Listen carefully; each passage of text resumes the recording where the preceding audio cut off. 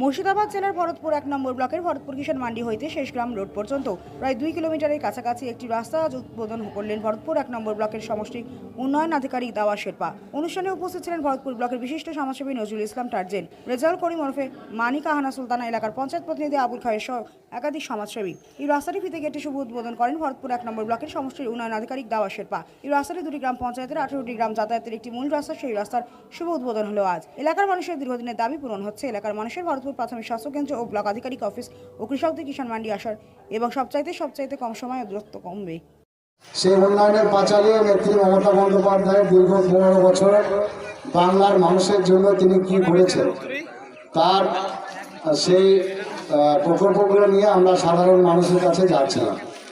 কিন্তু আজকে আমরা উন্নয়নের যে পাঁচালী সেটা আমরা আপাতত স্থগিত রাখছি এই কারণে যে এসআইআরের মানুষ যে বিভ্রান্ত হচ্ছে, তার ফলে অনেক মানুষ ঠিকমতো হয়তো পরিষেবা পাচ্ছে না। আমরা ব্লকে থেকে প্রত্যেকটা প্রান্তে যে সমস্ত মানুষ আসবে সোমবার থেকে আমরা তাদেরকে পূর্ণ সহযোগিতা করব। কোনো রকম মানুষ যাতে বিভ্রান্ত না হয়, কোথাও ভুলভ্রান্তি কাগজপত্রে যেগুলো আছে সেগুলো তারা যদি সঠিকভাবে সম্পন্ন করতে পারে তার জন্য আমাদের টিম থাকবে, পূর্ণ সহযোগিতা করবে। আগামী সোমবার থেকে আমরা পুরো দমে সেই সহযোগিতায় আমরা লেগে যাব। সকলে ভালো থাকবেন।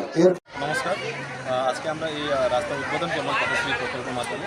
এখানে প্রায় শিশগ্রাম গ্রাম পঞ্চায়েত আমলাই থেকে কিছু অংশ আছে যাদের এই ভরতপুর আসার জন্য অনেকটা সুবিধা হবে।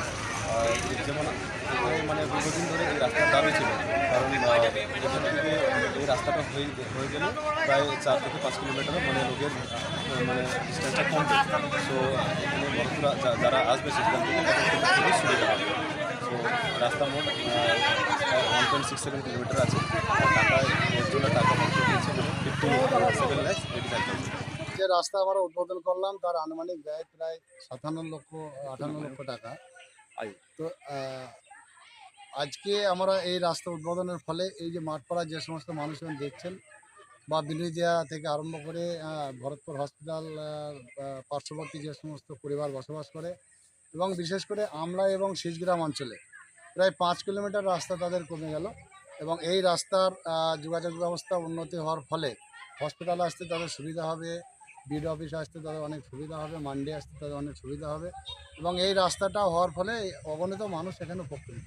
কোন কোন যানবাহন এই রাস্তাতে যাতায়াত করতে পারবে? এখন ধরুন ভারী লরি টরি যাবে না, ছোটো যে সমস্ত গাড়ি সেগুলো যাবে, ট্রাক্টর তারাও যাবে এবং মোটরসাইকেল বিশেষ করে লোড গাড়ি এই রাস্তার উপর দিয়ে যাবে।